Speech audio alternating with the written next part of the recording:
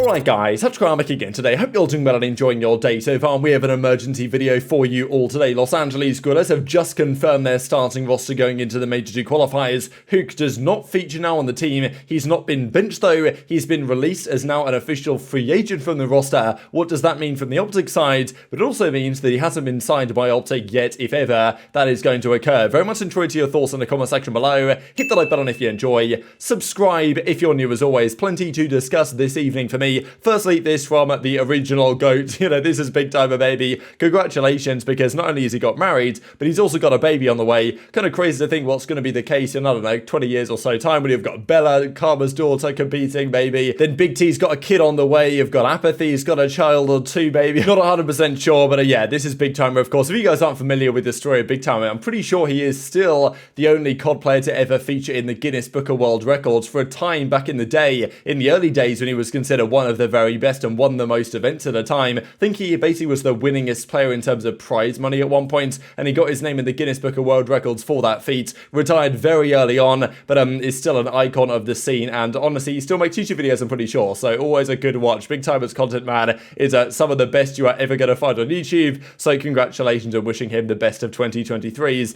and his wife and family to come. Quick note as well on Daltouche. I don't follow Apex Legends, so I'm not particularly familiar with this guy, but the other day there was some discussion about this individual and the fact that maybe he's fallen out with EA or there's some drama going on there, and therefore he's potentially going to do COD commentary, i.e. COD watch parties. Apparently this guy is a rather entertaining character and could be a good find for the competitive scene in Call of Duty. If that's possible, or if they can make it work, and as Hitchwide says here, we're hosting watch parties, so maybe Daltouche can get on and have a good time. I probably pronounced that wrong as well. You guys let me know earlier today that Retals is not Retals, as I was saying it, which in fairness does sound definitely not correct. I'm guessing it's Retals, or maybe you guys correct me, but the E is definitely shorter than how I did it earlier today. So thanks for all the corrections down in the comment section below. And even he kind of confirms here that, you know, his time in Apex Legends might be over and planning the switch to COD, see if he can make it work in COD commentary. So I think a pretty exciting prospect. The more the merrier here in competitive Call of Duty. It would just be nice if Infinity Ward or Activision had the same idea with regard to putting developers into competitive resources. Speaking of that, here's aBeZy Hardpoint, which might be the new Bacage. This was a kind of remarkable scoreboard here from an 8 series a couple of days ago, where Parasite has 38, only the second highest in the lobby though, to Vivid, who drops 54 kills in a single map of Hardpoint.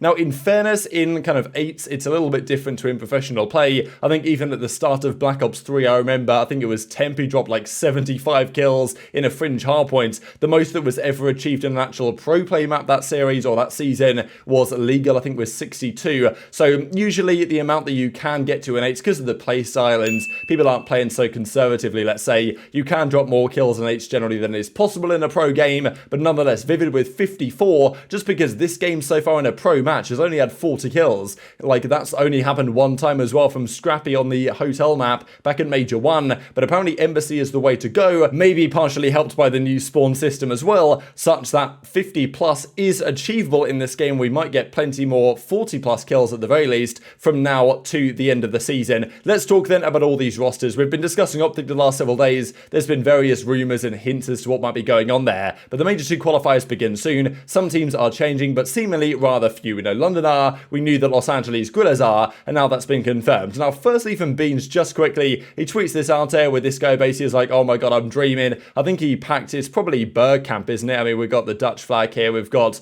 I don't know, probably Bergkamp, maybe not. You guys can let me know in the comments below. But Beans is celebrating something, and then even Doug replies and says, congrats, bro. So, I don't know, like, I'm always got my beta alarms going off on full tilt at this point, because, I mean, just because Beans is saying, oh, I must be dreaming, doesn't mean he's joining OpTic, but, you know, Doug says, congrats, bro. So, read into that what you will. We might see some more tomorrow. Then, of course, we expected LAG to confirm their starting roster. Announcement expected shortly, and indeed, it arrived. Here we go. The rumour that we saw the other day, Arcitys stays after revealing publicly that he effectively wanted to leave and join OpTic, but they couldn't make it work from a contractual perspective. Then Assault, Thieves, and Hicksy join. Now, I've got mixed opinions on this roster. I do really like the fact that a lot of their academy team has simply been promoted to the starting lineup. It's an awesome story for Thieves because this guy's been embroiled in some drama and controversy over the last few months with certain players, but nonetheless, this guy basically came up last season playing ranked play, got noticed by doing that, didn't play a single challenger tournament until the start of the season, then has got picked up after doing well on the LAG Academy, straight into the pro team a month into the game. That's crazy stuff that this guy guy a year ago was basically unknown, got known by playing ranked play on the Vanguard ladders, and now is in a pro team. That's such a cool story for COD. Yes, ranked play isn't perfect, but the fact that that's possible now is really good to see, and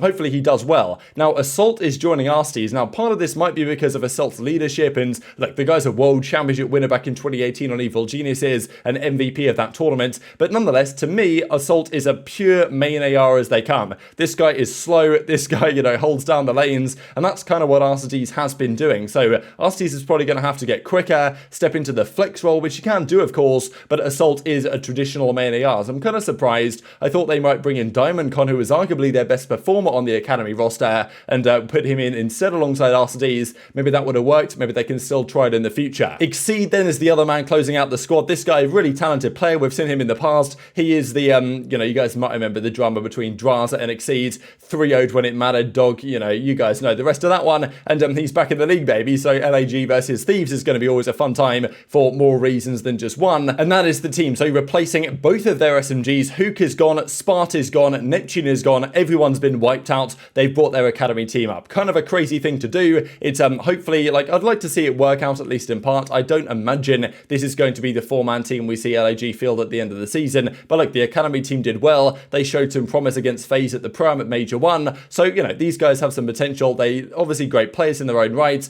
and probably will work marginally better as a team than the original LAG team did, because that was a disaster before the game had even launched. So fair play giving it a go, but nonetheless, Neptune is gone. Is that his last chance in the CDL? Maybe. When is Spart going to return? If he's ever going to get a chance down the line, we don't really know. And then they confirmed the official Academy with Noisy joining alongside DiamondCon, Spart and Neptune on their Academy roster. Therefore, Huke, where is he? Nowhere to be seen. That's because Huke is now officially a free agent from this team, as was then confirmed, as I quickly say here, from Joe to Thieves. Excited to get started. Hopefully these guys do well, but I'm just not convinced that the firepower of this team is really there to match up to the best of the best as the game progresses. Like, okay, maybe these guys are a bit ahead of the meta at the start of the title. Give it a month and a half. I don't think this team will be particularly competitive, but they might be decent when it comes to Major 2. They might get a top 6, top 8. That's a possibility, but we'll see how it goes. The more interesting thing to me, though, is the Huke situation, because as LAG confirm, they've mutually agreed to part ways with Huke. So they agree it's the best for both parties. He agrees it's best for both parties to go their own ways and terminate his contract. Pretty interesting, because I thought that maybe he would stay in a bench position somewhere, even if he wasn't on the Academy, and therefore, you know, a team that would have to want to get Huke would have to pay for him.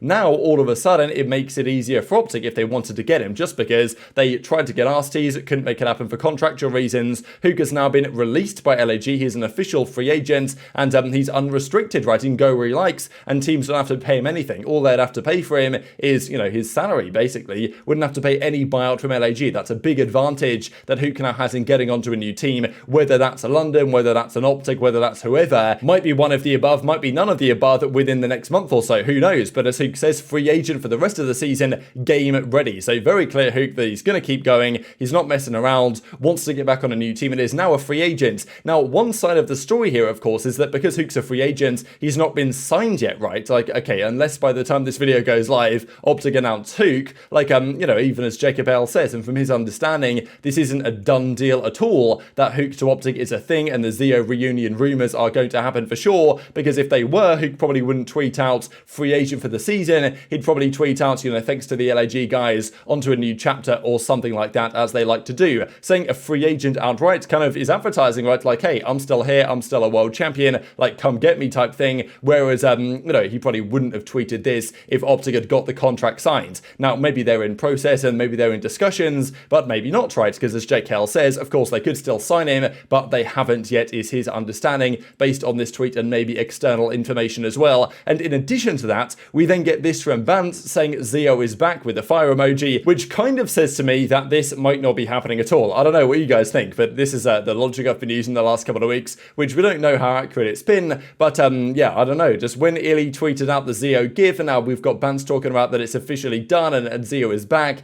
like, would he be tweeting this if this was actually for sure guaranteed 100% happening? Like, I kind of doubt it, but maybe not. Maybe he doesn't know, right? Because we know that some pros don't even bother to keep up with this and ask around behind the scenes. They just sit back and enjoy the show as it unfolds, as it has been over the last couple of weeks. So what's the case with OpTic now? So LAG have done their thing. Do you guys think it's a good or a bad team? I'm not sold, to be honest. I feel like given the circumstances they're in, they they've actually made a pretty decent decision with blowing up their entire starting roster and bringing in some others from their academy team. But nonetheless, I think down the line, it's not going to be as competitive as some of the top teams are. They just don't have the firepower. I think unless Thieves can become a real star player, I think we kind of know what you're getting from Assault, know what you're getting from Hicksy to a certain extent. Thieves is kind of that wild card that might be able to perform at a pro level, might take some getting into it really, because, you know, being a solid player in challenges and even in ranked play is a very different story to being CDL ready. And look, throwing him into the fire is the best way to get him there, but can he be the superstar that maybe some are expecting or hoping he will be? That is the question, I think, that will define whether this LAG team as a 4 can succeed. But with Huke now gone, do OpTic go and snag him? Because look, a free agent for Huke, surely that's got to be a better decision, going and picking him up for free rather than running it back with Dashy. But as it stands, there are no guarantees that will indeed be the case. And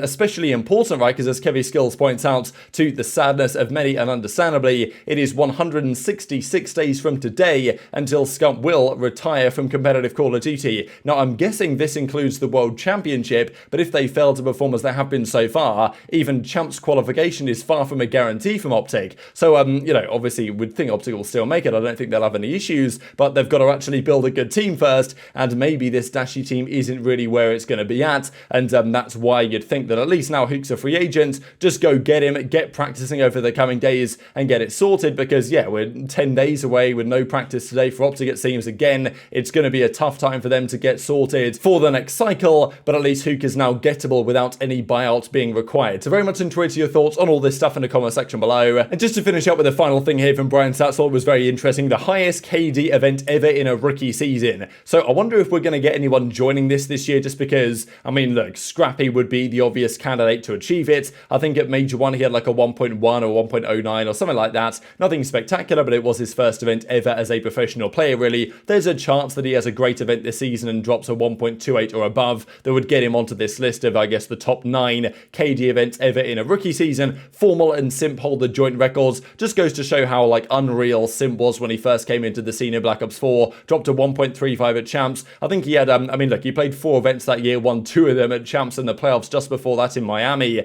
Dropped some crazy numbers the entire time. Cell wasn't far behind. I think Pred, like, his numbers there, he played very few series at Major 5, but nonetheless, still good numbers. Temp, Attach, Shotzzy, Octane, and Dashy rounding out this list as well. But maybe it won't be Scrappy and it'll be, you know, an outside candidate like a Thieves that could get on it if he absolutely fires. But very much interested your thoughts on all this stuff in the comment section below. Hit the like button if you enjoyed. Subscribe if you're new. Take care, and I'll see you next time. You ready, Simp? Look at this, Tom. You like get on the TV or no? Yeah, I'm on the nightstand. You got timing, bro. Yeah, I'm never gonna use that spot again. This spot was dope, bro. This spot was dope.